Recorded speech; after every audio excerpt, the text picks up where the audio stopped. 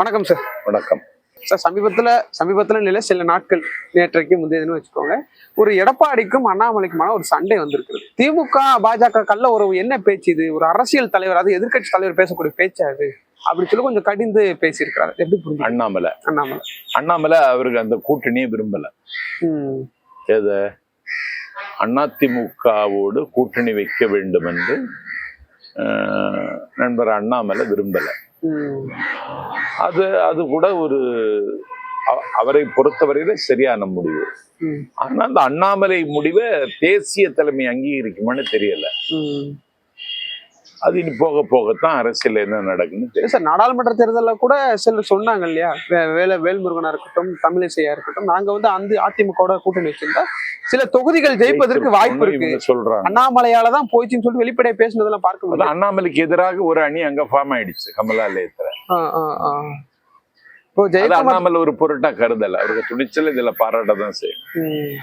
ஜெயக்குமார் சொல்றாரு, பாஜக இருக்கிற 4 எம்எல்ஏவும் நாங்க போட்ட பிச்சை, இதை வச்சு இப்படி பேசலாமா? பாஜக கட்சியில 4 எம்எல்ஏக்கள் வெற்றி பெற்றார்கள்னா அதிமுக தயவினாலதான் வெற்றி பெற்றார்கள்.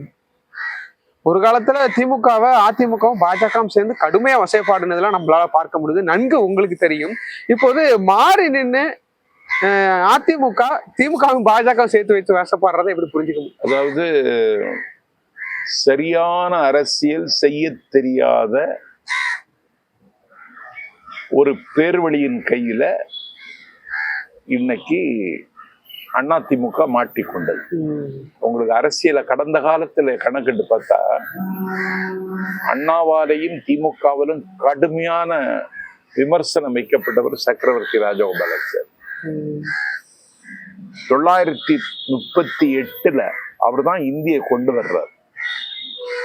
அவரை குல்லுகப்பட்டர் என்று குறை சொல்லி பேசியவர்கள் திமுக அண்ணா. அந்த ராஜாஜியோட 67 கூட்டணி வைத்துக் கொண்டு கோட்டைக்கு போனார். இதுதான் டிப்ளமேட்டிக்கா எடுக்கிற முடிவு. இதுக்கு விசாலமான அறிவும் பரந்த மனப்பான்மையும் நாட்டு மக்கள் மீதான கரிசனமும் கட்சியின் மீது எல்லை இல்லாத காதலும் இருக்கணும். இந்த 4ம் இல்லாதவன் தான் எடப்பாடி பழனிசாமி.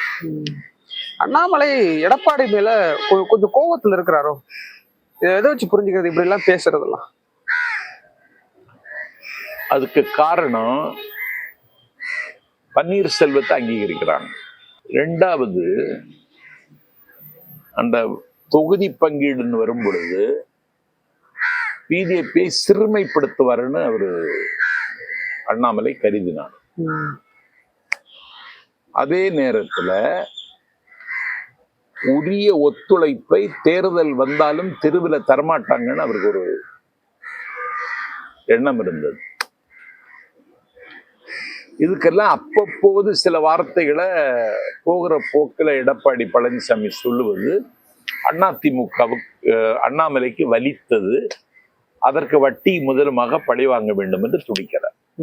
ஒரு காலத்திலயும் பாஜக அதிமுக கூட்டணி இல்லை அப்படின்னு சொல்லி கடுமையான சண்டைகள் போட்டுட்டு இருக்க மத்தியில ஜெயக்குமார் அவர்கள் பேசுறாங்க. பாஜகவினுடைய அந்த கோபம் வந்து எடப்பாடி பழனிசாமி மேல திரும்புவதற்கு வாய்ப்பு இருக்கா? இல்ல இல்ல, அவரால் தானே கூட்டணிகள் இன்னைக்கு இல்லைன்னு அறிவிக்கப்படுது. பிஜேபி எப்படின்னா தமிழ்நாட்டுல ஊடுருவணும்னு நினைக்கிறான்ல, அவனுக்கு ஏதாவது ஒண்ணு வேணும். அவனுக்குன்னு சொந்த செல்வாக்கெல்லாம் கிடையாது.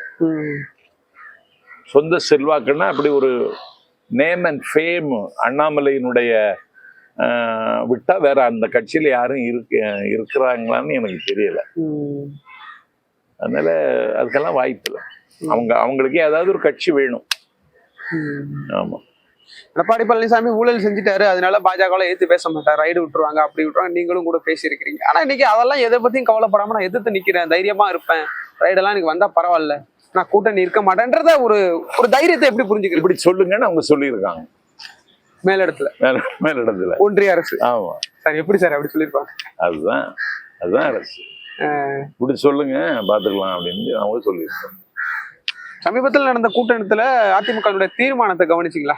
அதுல கூட பாஜகவை ரொம்ப கடுமையா விமர்சிச்சுதான் சில தீர்மானங்கள் நிறைவேற்றப்பட்டிருக்காங்க. எப்படி பாக்குறீங்க? எட்டிக்காய் காய்த்தால் என்ன காய்க்காட்டா என்ன? தீர்மானத்தை யாரு படிக்க போற? நீ படிச்சுட்டியோ? அத அதுல யாரும் படிக்க மாட்டாங்க. அதெல்லாம் தமிழ்நாட்டுல எந்த பாதிப்பையும் ஏற்படுத்தாது.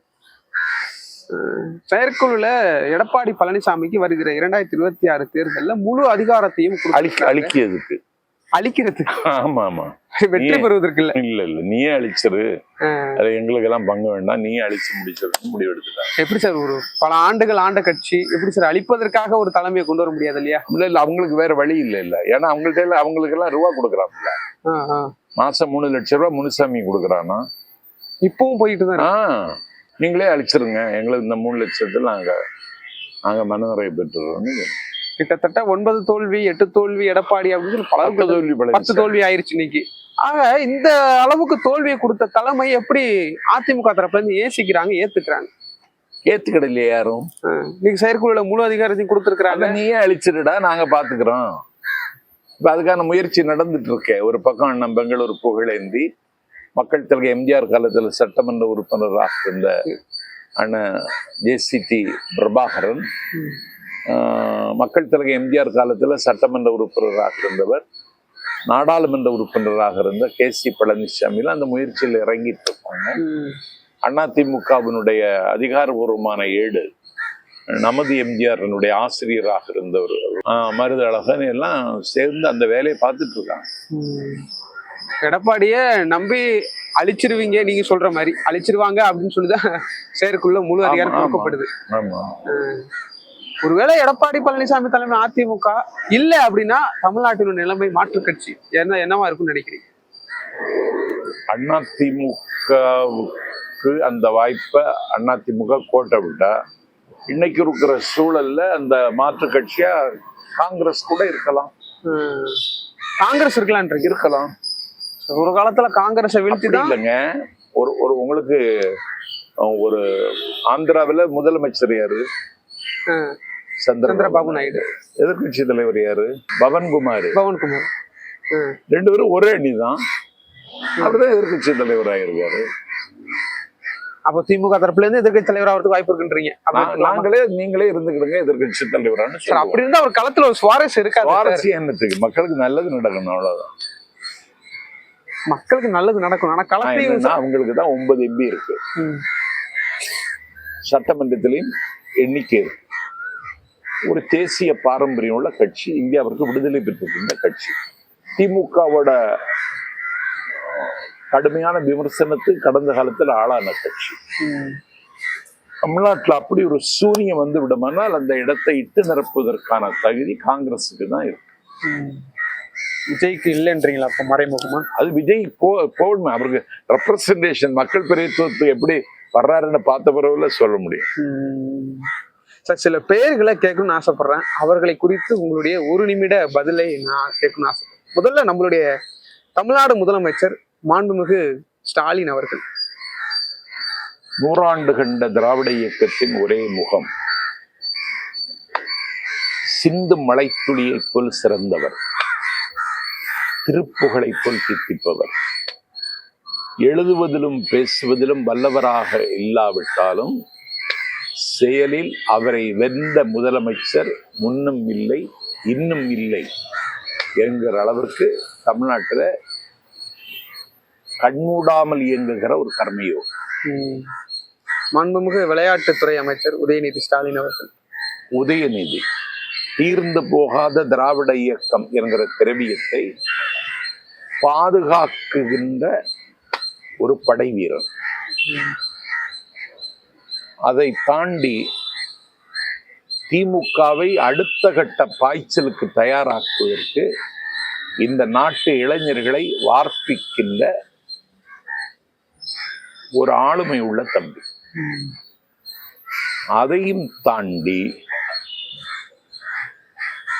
ஒப்பனையே இல்லாமல்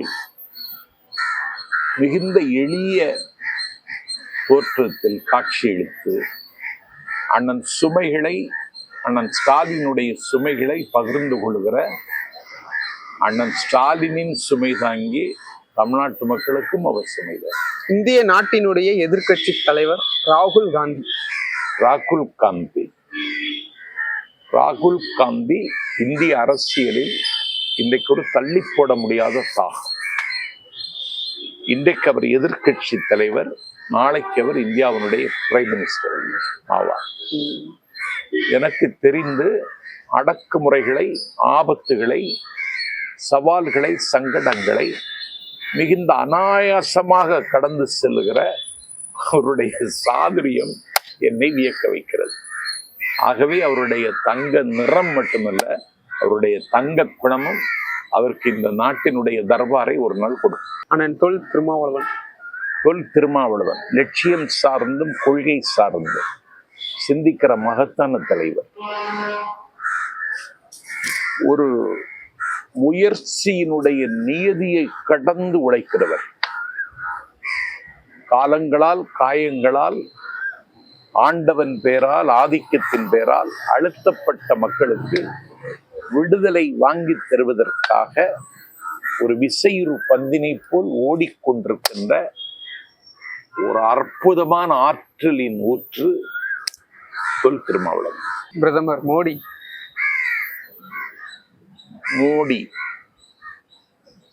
பொய் வந்த வாய், புலை வந்த செய், உள்ளத்திற்கும் உதட்டிற்கும் இட்டு நிரப்ப முடியாத இடைவெளி வைத்திருக்கிற ஒரு போலி. இந்தியாவினுடைய இருப்பை, இயல்பை தன்னுடைய அதிகாரத்தின் மூலம் சிதைத்த பாவி. அண்ணாமலை ஆற்றலாளர்.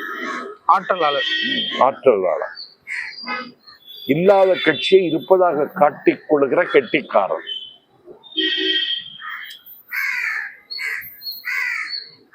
ரெண்டு லட்சம் புத்தகங்களை படித்தவன். ரெபேல் வாட்ச் கட்டியவன். கட்சியை காப்பாற்ற தெரியாதவன். எடப்பாடி பழனிசாமி அது ஒரு தமிழ்நாட்டு அரசியல்ல ஒரு இடைச்செருகல்.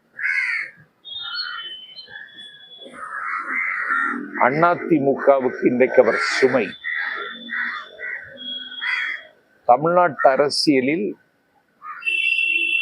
எதை பேச வேண்டும், எதை செய்ய வேண்டும் என்கிற அடிப்படை அறிவில்லாத ஒரு ஞான சூன்யம்.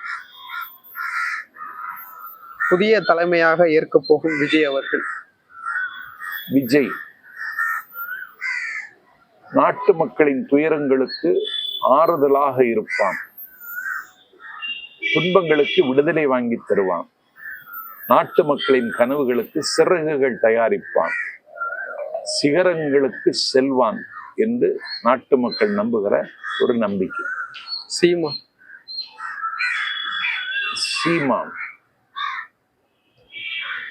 ஓநாயை போல் குறைக்கிறவன், நரியை போல் சதி செய்கிறவன்,